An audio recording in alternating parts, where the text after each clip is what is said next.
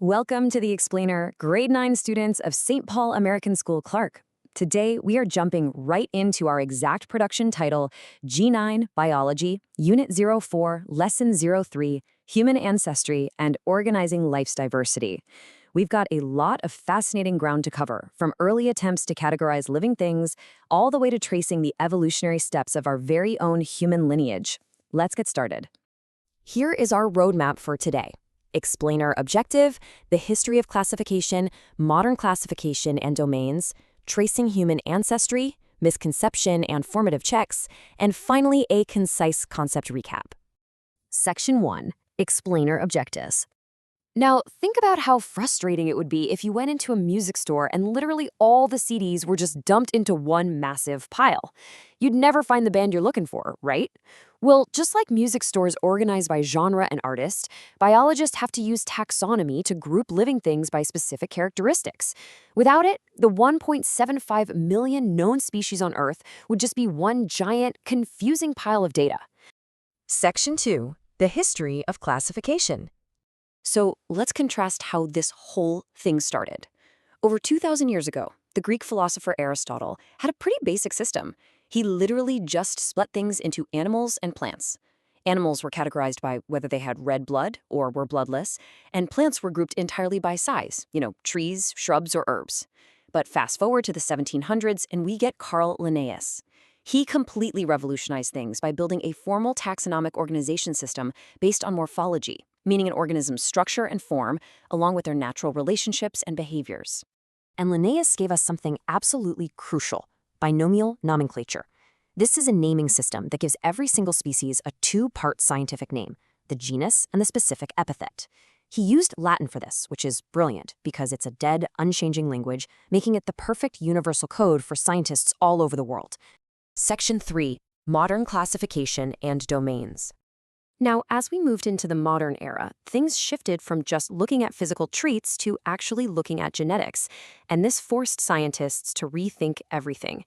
In 1977, an American microbiologist named Carl Woese analyzed distinctive 16S ribosomal RNA genetic signatures.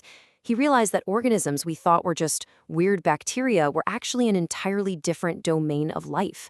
This genetic breakthrough allowed Woese to completely reorganize the tree of life into 3 distinct domains. And that leads us to our current 3-domain, 6-kingdom system. Check out the key differences here.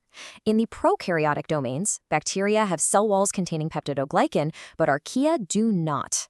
Then there's domain eukarya, which is split into 4 distinct kingdoms: Protista, fungi, plantae, and animalia. Over in eukarya, cell walls vary wildly. You've got chitin in fungi, cellulose in plants, or absolutely no cell walls at all in animals. Just look at the sheer diversity contained within domain eukarya alone. You've got a microscopic, single-celled swimming paramecium right next to macroscopic, multicellular mushrooms. Despite that massive difference in size and lifestyle, they both have complex cells with membrane-bound nuclei, which puts them firmly in the exact same domain. Okay, so how did those complex cells even happen? Let's break down Lynn Margulis's endosymbiotic theory step by step to explain how complex eukaryotic cells originated from ancient prokaryotes.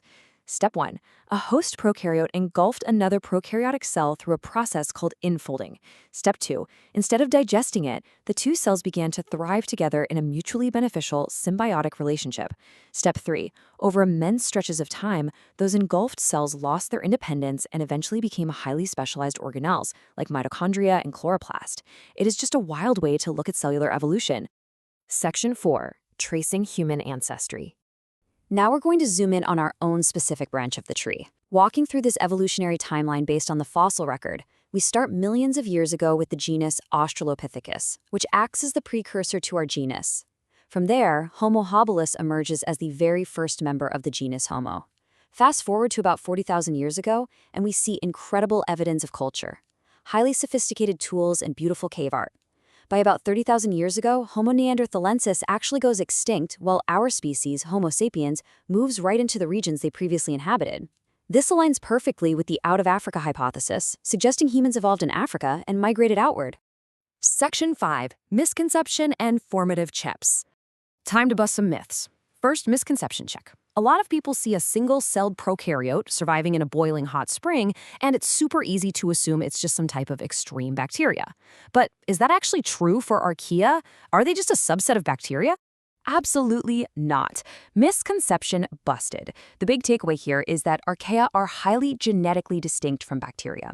Their cell walls lack peptidoglycan completely, but even more fascinating, molecular evidence actually proves they share a closer phylogenetic relationship with eukaryotes, meaning us, than they do with bacteria. They are on a completely distinct branch of the tree of life. Okay, let's tackle another stereotype. You've probably heard people use the term caveman as an insult, right? Like someone acting uncivilized. But is that a fair or accurate description of our extinct relatives, the Neanderthals? Misconception busted again. The reality is, Homo neanderthalensis and other early humans living in caves around 40,000 years ago were incredibly similar to modern humans.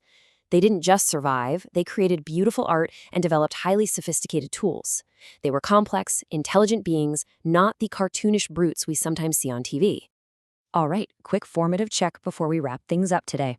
Think back to that evolutionary timeline we just reviewed. Can you recall the very first member of our specific genus? Yep, you guessed it, Homo habilis. They mark the true beginning of the genus Homo, evolving right out of the earlier genus Australopithecus. Section 6, Concise Concept Recap. Let's quickly lock in what we've covered today.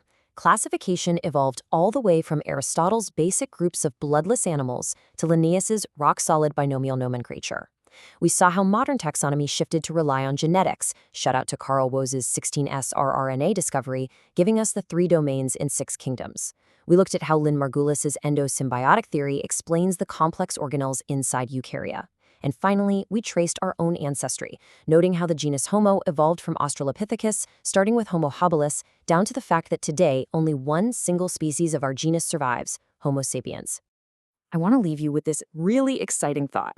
We've currently got about 1.75 million species classified on our tree of life, but scientists estimate there are millions more completely unclassified, just waiting out there in deep oceans or extreme environments. The system of taxonomy isn't finished. It is an ongoing, massive adventure. So what undiscovered branch of the tree of life might you help classify in the future? Thank you so much for joining me on this explainer, and keep exploring.